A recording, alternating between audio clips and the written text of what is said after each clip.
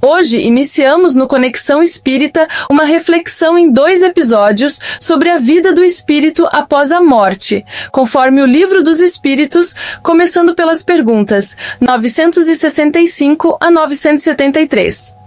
Nesta primeira parte, vamos entender que o espírito não vive numa ociosidade eterna, mas permanece em atividade, conforme seu grau de adiantamento. Os mais elevados colaboram com Deus na harmonia do universo. Os menos evoluídos continuam aprendendo, refletindo e se preparando para novas experiências. A vida espiritual é dinâmica, consciente e repleta de oportunidades de crescimento. Frase de hoje: a vida verdadeira é a do espírito, a do corpo é apenas passageira e transitória. Na próxima semana, daremos continuidade ao tema, explorando novas revelações sobre o que nos aguarda além da matéria. Vamos à primeira pergunta 965. As penas e os gozos da alma após a morte têm alguma coisa de material? Não podem ser materiais, desde que a alma não é de matéria. O próprio bom senso diz. Essas penas e esses gozos nada têm de carnal e por isso mesmo são 1000 vezes mais vivos do que os da terra. O espírito, uma vez desprendido, é mais impressionável, a matéria não mais lhe enfraquece as sensações. Ver itens 237 a 257. Pergunta 966.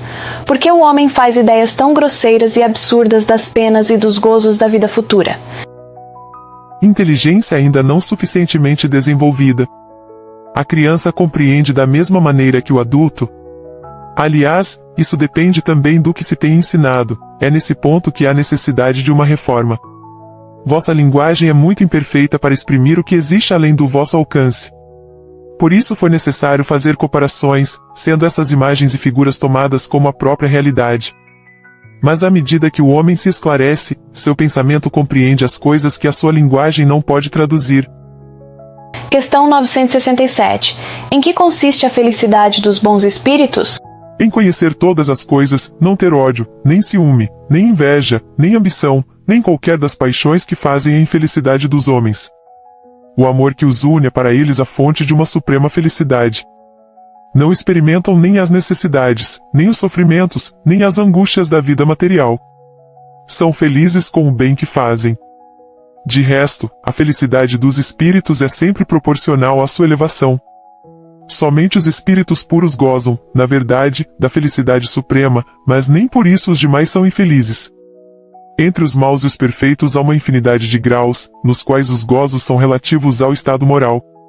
Os que são bastante adiantados compreendem a felicidade dos que avançaram mais que eles e ela aspiram, mas isso é para eles motivo de emulação e não de inveja. Sabem que deles depende alcançá-la e trabalham com esse fito, mas com a calma da consciência pura. Sentem-se felizes de não ter de sofrer o que sofrem os maus. Questão 968. Contais a ausência das necessidades materiais entre as condições de felicidade para os espíritos. Mas a satisfação dessas mesmas necessidades não é para o homem uma fonte de gozos? Sim, de gozos animais. E quando não pode satisfazer essas necessidades, isso é uma tortura. Questão 969.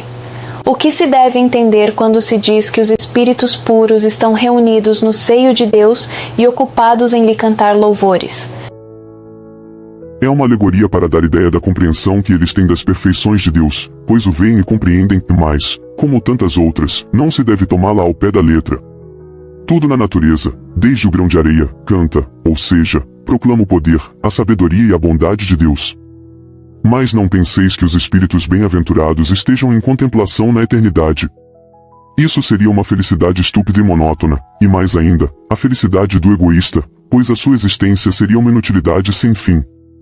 Eles não sofrem mais as tribulações da existência corpórea, isso já é um gozo, depois, como já dissemos, conhecem e sabem todas as coisas e empregam proveitosamente a inteligência adquirida, para auxiliar o progresso dos outros espíritos, essa é a sua ocupação e ao mesmo tempo um gozo. Pergunta 970. Em que consistem os sofrimentos dos espíritos inferiores? São tão variados quanto as causas que os produzem, e proporcionais ao grau de inferioridade, como os gozos são proporcionais ao grau de superioridade. Podemos resumi-los assim: cobiçar tudo o que lhes falta para serem felizes, mas não poderem obtê-lo, ver a felicidade e não poder atingi-la, mágoa, ciúme, raiva, remorsos e uma ansiedade moral indefinível. Desejam todos os gozos e não podem satisfazê-los. É isso o que os tortura. Pergunta 971. A influência que os espíritos exercem uns sobre os outros é sempre boa? Sempre boa de parte dos bons espíritos, é claro. Mas os espíritos perversos procuram desviar do caminho do bem e do arrependimento os que consideram suscetíveis de ser arrastados, e que muitas vezes levaram para o mal durante a vida terrena. Pergunta 971. Então a morte não nos livra da tentação?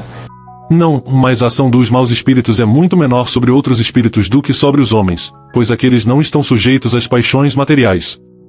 Ver item 996.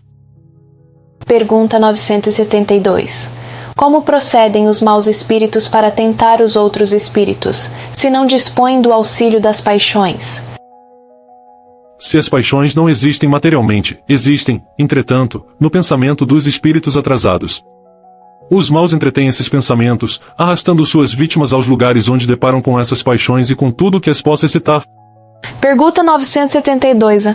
Mas para que servem essas paixões se lhes falta o objeto real? Assim é precisamente para o seu suplício. O avarento vê o ouro que não pode possuir, o devasso, as orgias de que não pode participar, o orgulhoso, as honras que inveja e de que não pode gozar. Pergunta 973. Quais são os maiores sofrimentos que os maus espíritos podem suportar? Não há descrição possível das torturas morais que constituem a punição de certos crimes.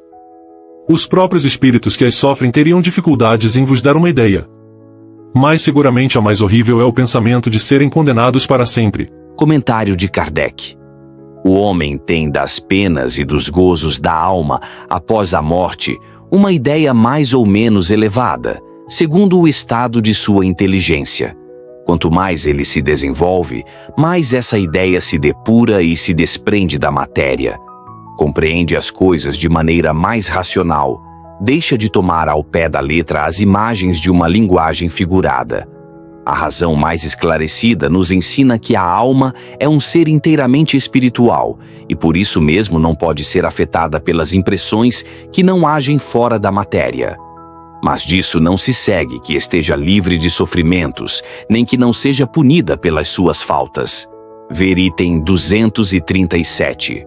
As comunicações espíritas têm por fim mostrar-nos o estado futuro da alma, não mais como uma teoria, mas como uma realidade. Colocam sob os nossos olhos as vicissitudes da vida de além-túmulo, mas ao mesmo tempo nos-las apresentam como consequências perfeitamente lógicas da vida terrena. E embora destituídas do aparato fantástico criado pela imaginação dos homens, nem por isso são menos penosas para os que fizeram mau uso de suas faculdades. A diversidade dessas consequências é infinita, mas pode-se dizer de maneira geral: cada um é punido naquilo em que pecou.